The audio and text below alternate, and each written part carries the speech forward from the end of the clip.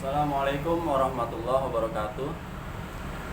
Masih bersama saya, yaitu Ahmad Khairul Ahyar. Saya adalah mahasiswa kampus bisnis Umar Usman, angkatan batch 7. Di sini saya akan berbagi kisah mengenai bisnis model kanvas atau BMC yang akan saya kembangkan dari bisnis saya sendiri. Bisnis model kanvas adalah sebuah kerangka yang dikenal banyak untuk mendefinisikan model bisnis startup yang disusun dengan tujuan untuk menjelaskan, menilai, juga memvisualisasikan serta mengubah model bisnis sehingga kinerja yang dihasilkan oleh startup lebih maksimal. Model bisnis ini bisa diterapkan oleh semua jenis startup tanpa terbatas sektor usaha. Model bisnis model kanvas adalah sebuah strategi dalam manajemen yang berupa visual chart yang terdiri dari 9 elemen. Model bisnis ini pertama kali diperkenalkan oleh Alexander Osterwalder. Waduh, namanya agak ribet disebutnya ya. Dalam bukunya yang berjudul Business Model Generation. Dalam buku tersebut, Alexander mencoba menjelaskan sebuah framework sederhana untuk mempresentasikan elemen-elemen penting yang terdapat dalam sebuah model bisnis. Jika dilihat sepintas, sebenarnya alur model bisnis kanvas nampak cukup sederhana. Secara garis besar, alurnya mengalir dari satu elemen bisnis menuju elemen penting berikutnya. Berikut adalah 9 elemen yang terdapat dalam bisnis model kanvas. Customer segment yang pertama. Elemen pertama yang harus Anda miliki adalah memulai bisnis model kanvas ini adalah menentukan segmen pelanggan mana yang akan menjadi target bisnis kita. Misalkan, umpamanya suatu maskapai penerbangan mengeluarkan 2 produk untuk memenuhi kebutuhan 2 segmen pelanggan yang berbeda. Atau ada 2 stasiun televisi yang menyajikan 2 acara berbeda untuk memenuhi segmen pelanggan yang berbeda pula. Yang kedua, value proposition. Nah, ini yang kedua nih. Ini adalah sekat yang merupakan keunggulan produk apa saja sesungguhnya, yaitu adalah poin-poin yang dapat mendatangkan manfaat yang ditawarkan perusahaan bagi customer segmentnya. Hal ini menjadi kesempatan bagi Anda untuk menjabarkan kekuatan dan keunggulan yang membedakan bisnis Anda dengan bisnis yang lain. Yang ketiga, kami menyebutnya channel. Melalui penggunaan channel yang tepat, Anda baru bisa menyampaikan value proposition kepada customer segment lainnya. Jadi, cobalah pikirkan channel yang ingin Anda gunakan dengan baik. Karena penentuan channel adalah salah satu elemen penting bagi keberhasilan sebuah bisnis. Yang keempat, revenue streams. Revenue stream merupakan bagian yang paling vital di mana organisasi memperoleh pendapatan dari pelanggan.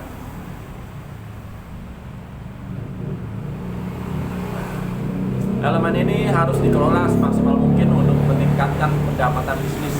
Pokoknya jangan sampai ada bahan baku atau produk kinerja yang tidak bermanfaat sehingga hasilnya kurang maksimal. Maka harus diolah lagi supaya lebih maksimal hasilnya. Key resource yang kelima. Key resource adalah sekat dalam bisnis model kanvas yang berisikan daftar sumber daya yang sebaiknya direncanakan dan dimiliki perusahaan untuk mewujudkan value proposition.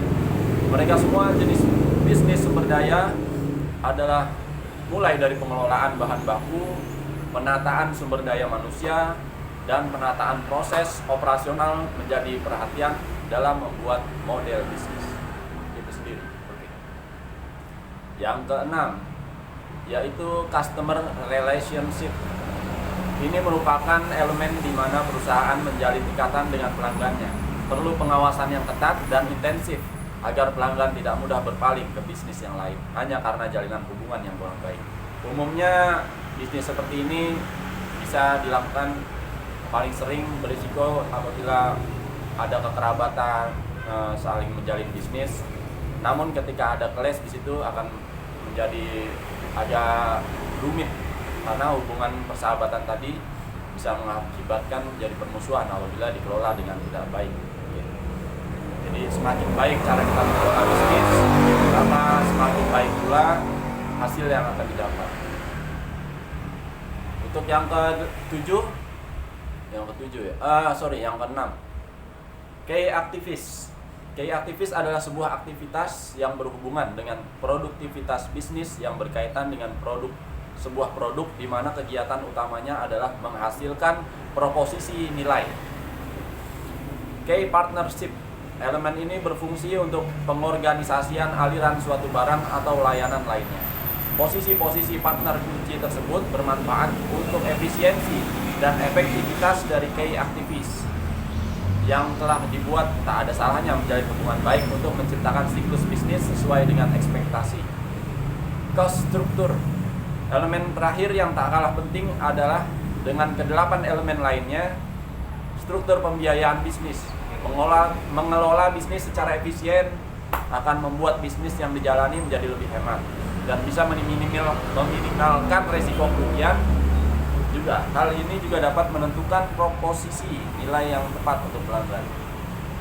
Pada elemen terakhir ini tentu dibutuhkan laporan keuangan yang tepat. Di sini hati-hati karena keuangan itu agak sensitif. Terkadang kesalahan kita adalah mencampur uang usaha dengan uang kita sehari-hari.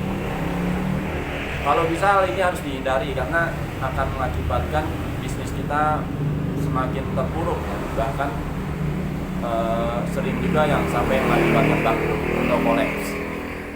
Sebisa mungkin kita harus mengatur keuangan dengan baik. Agar lebih bagus lagi, sebaiknya gunakan aplikasi software supaya keuangan kita bisa lebih balance, jadi neraca perdagangan kita akan lebih stabil. Ini Anda dapat membuat laporan keuangan dengan software akuntansi, ya banyak macamnya saat ini, ada Zahir, Akurat, online, dan lain-lain. Jurnal adalah software akuntansi online yang dapat Anda gunakan untuk membuat laporan keuangan dengan mudah, cepat, dan aman. Serta data yang tercatat akan disajikan secara real time. Keunggulan lain dari jurnal adalah adanya fitur perhitungan stok barang, pembuatan faktur, sehingga penyimpanan bukti transaksi yang dapat memudahkan bisnis Anda. Daftarkan bisnis Anda sekarang juga dengan jurnal dan nikmati free trial 14 hari. Oke.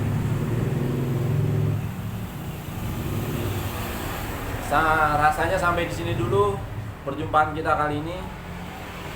Demikian untuk bisnis model kanvas yang saya dapat mengerti. Semoga bisa mencerahkan kepada sahabat lainnya. Kurang lebihnya saya mohon maaf. Wal afu minkum. Assalamualaikum warahmatullahi wabarakatuh.